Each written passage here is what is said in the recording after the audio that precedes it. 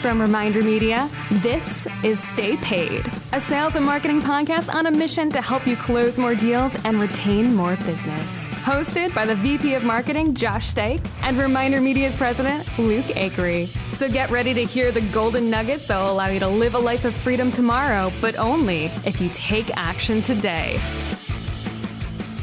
Welcome to another episode of Stay Paid Silver Dollars. Luke, I got some new socks I want to show the audience. These socks say, I don't know if we can catch it on the camera. It says, I love how you're pulling up your pants right now. Ain't no bad joke like a dad joke.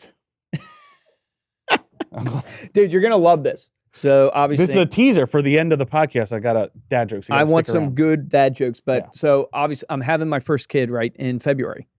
And my parents got me a book of dad jokes. And as I was reading it, I just thought of Josh and I kept going, oh my gosh, I'm bringing this in one day. Josh will have a ball with this. Well, we'll have to get on our Instagram, on our Stay Paid Instagram, and trade dad jokes back and forth. Yes, It'll correct. be like maybe we'll do reels. You'll have experience. If you guys aren't Josh will following- have experienced dad jokes. I will have new If dad you're jokes. not following us on Instagram, we're at Stay Paid Podcast. I've Yes. been trying to post a lot more. They told me, Joshua, you need to post more. He did a great clip, which will be probably gone by this point, but of Josh putting my face and his face on Thor. There'll be more. I'm not going to spoil who We're looks doing- better as Thor. We're doing Double Take Tuesday. So also use that as an opportunity to send Luke and I your questions because we want to do Double Take Tuesdays. We're going to do some where it's like me versus Luke and some things, Yes. but we're going to do other ones where it's like Luke and I will each give you a take on a topic. So send in your questions. We want to love share that that idea. stuff with you. But today we're going to be talking about a super popular It's a topic soup. that we get on both our videos and our past podcasts. But this is all about kind of the rookie year in real estate. So we have a lot of new, Yeah. this is going to be pretty real estate specific, but you can apply a lot of this to many businesses. We have a lot of new agents coming to us and saying like, please help me with my marketing. Please coach me on what I should be doing in my rookie year. So we're going to walk through kind of the first 90 days. And then at the end of the podcast, we've got a link for you that will take you to the full year, our playbook for your full year of your rookie year in real estate. But we're going to start off by just talking about kind of, hey, what should you be doing? First thing, you've decided you want to be a real estate agent. Either you're younger in your career or you've already had a couple careers up to this point. And so we're going to walk through that. And the first one really is kind of the most obvious, but it's you have to set up a brand. Like if you're going to be an agent, if you're going to be a service-based sales professional, you are your brand. So the first thing you want to do is set that brand up for success. Remember, if you don't control your brand, doesn't mean you don't have one. So you'll have a brand. I think that was Ed Stulak that gave us that other golden people will nugget. create your right, brand they'll for create you. your brand. Yeah. So it boils down to like you got to create your brand, which comes from what? It comes from your why you got into real estate, and it comes from your unique selling proposition. What is it that's unique about you? What do you represent? What are you trying to accomplish? But let's get a little bit more tactical than that in the sense of, okay, that's the high level. Hey, you got to know what you're all about and why you got into this business. And then you've got to represent that brand. And the most common places to represent that brand are online. Yeah. Through your website, through social media. You should get on your social media pages. I believe you got to be on LinkedIn, you got to be on Facebook, you got to be on Twitter, you got to be on Instagram. The other ones, I could give or take. I mean, TikTok, I know people are going to scream, how can you not be on TikTok right now? But, I think Instagram Reels is going to take over TikTok. That's just my prediction. Yeah. No, I always look at brand as sort of, especially for like a real estate agent, it's really three parts, right? You've got the visual aspect of your brand, and this is what you're kind of talking about. Like we recommend, even your brother, whenever he started off in real estate, one of the first things I know that he did was, I don't know if it was your other brother that took the photos or if he hired a photographer. He hired a photographer. So he hired a local photographer, went out in the street, grabbed a suit jacket, kind of had a cool casual look, took photos around town, then took some other casual photos.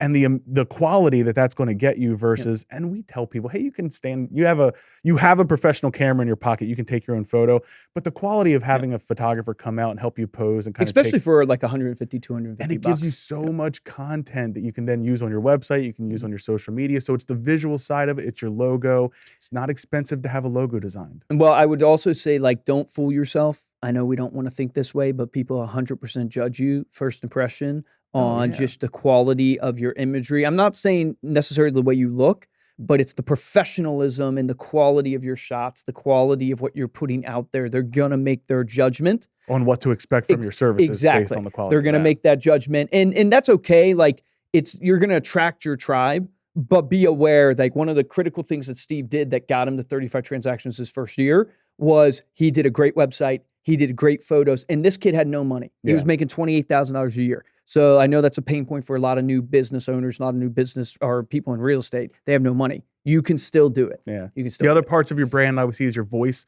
So you want to try and nail down a brand voice. This is kind of your personality. This is where you really get to shine. And again, be authentic, be yourself. We've talked about that in the past. If you're not a funny person, don't try and create a funny brand. If you're not a super professional, stodgy person, like don't try and be that just because you think that's what you should be. Grab your authentic voice and then make sure that you're carrying that through in all of your shots, your photos, your social media posts. And then the last one's really kind of your value proposition. Like, what is your value proposition? What are your features? What differentiates you from the other people in the industry? Yeah, and a lot of times that is just literally you.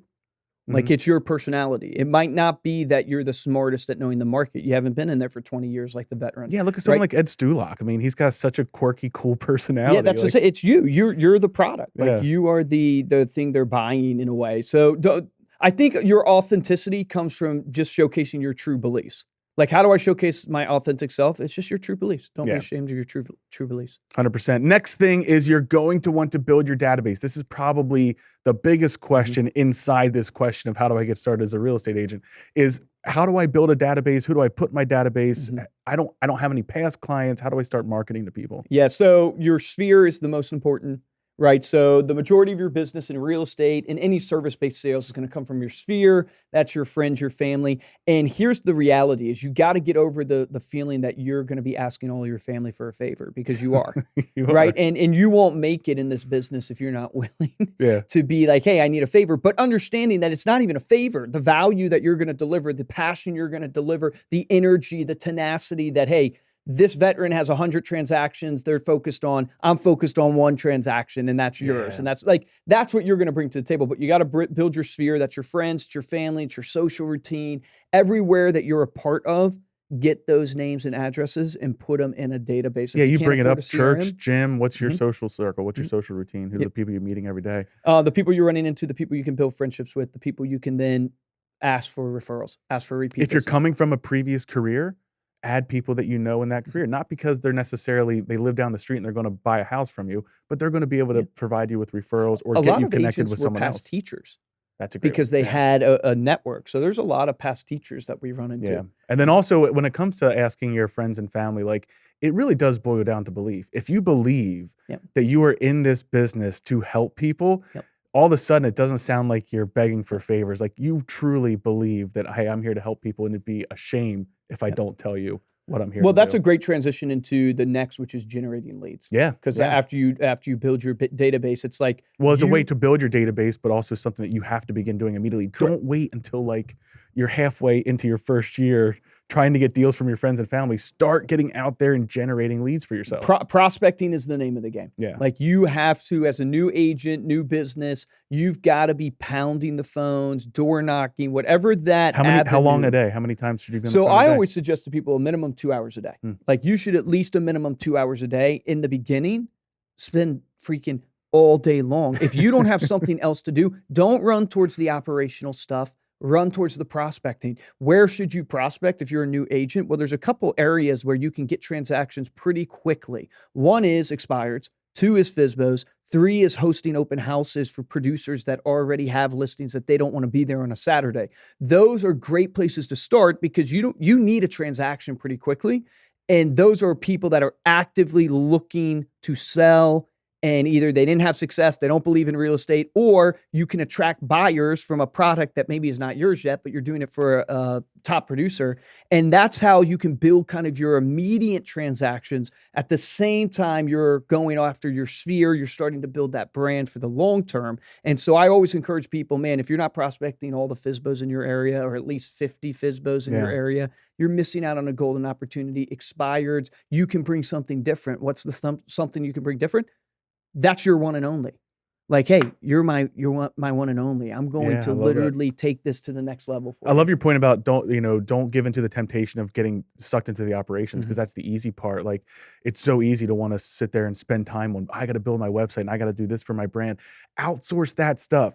Delegate that stuff. It is not that expensive, believe it or not, to outsource that, because I think Tom Ferry says it, like you are the only one who can generate the leads in your business. If you're a real estate agent, you are the one that generates the leads. You've got to be the one prospecting. So resist the temptation to get sucked into the operations because it's easy and there's no rejection in operations, and get on those phones and start lead gen.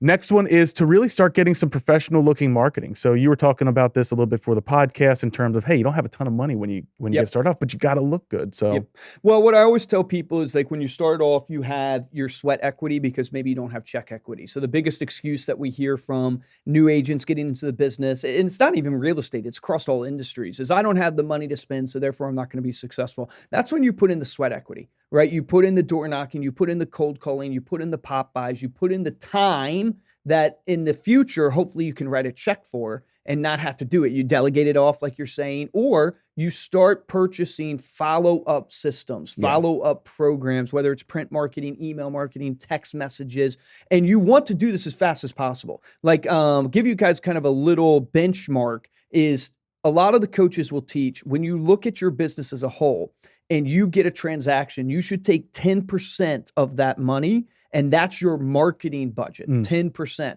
So when you close your first deal, immediately take 10% and throw touch it into it. your Don't marketing. look at it. Pretend like it's taxes. Put it into your marketing budget. Because you have to build this brand long-term, and the only way to build a successful brand is to have high-quality things going out that are consistently done, and that ultimately will create impact and brand you as the agent of trust, as the person that they end up wanting to use. And so you're only going to do that if you spend a little bit of money on your marketing. You start getting out in front of people consistently. And I've heard it say, you should touch people 33 times a year. I read it in a book sometime.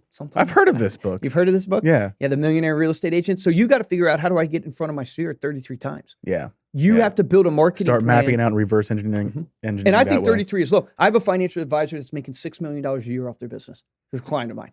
He does over 200 touch points. Right? And you think, that's a crazy amount. Well, how often are you talking to your friends? Yeah. It's probably about 200 times a year. Yep. Right? Yep. So these don't have to cost a lot of money. I'm talking text messages. Oh, yeah, phone text calls, messages. This is pop-bys. This is events. This is where you see them at church. That could be counted as a touch point. But he's mapping out, man, I'm touching these people 200 times a year. And he has solid foundational friendships with them. And he creates raving fans, and he gets referrals, and he's growing a business that's profiting $6 million. I'm going to throw out a bonus one here. This is an optional, but we highly recommend it. And that is get a mentor. Get someone who has been there before. We had a great podcast, episode 179 with Kevin Harrington. He walks you through the process of how to get a mentor. You actually mentored, I don't know if your brother He say might that? not claim it now, but he it surpassed me. It did happen. Yeah, no, but it's what did you do every day with him? I called him every day. Exactly. I called him every day and just tried to encourage him to keep going. If nothing else, if you don't want to call it a mentor, call it accountability coach. But literally every morning you were on the phone with him at like 6:30 in the morning. Hey, what's your plan for today? Who you calling? Eventually he got to the point where you were giving him so much stuff to do, he went and hired like 4 people. He did, man. He's up to 6, I want to say now. Is he really? But here's the thing is that really what it is that you in your first year of real estate or first year of any business, what do you need to do? You just need to take action. Like you literally just need to start doing and stop thinking. I know that sounds crazy, but your thinking will evolve as you learn. You're never going to be an expert on the market till you go out and you see every home on the market, till you get with all the buyers and you deal with their objections. Like a lot of times the only way to great experience is through experience. Right? Love it.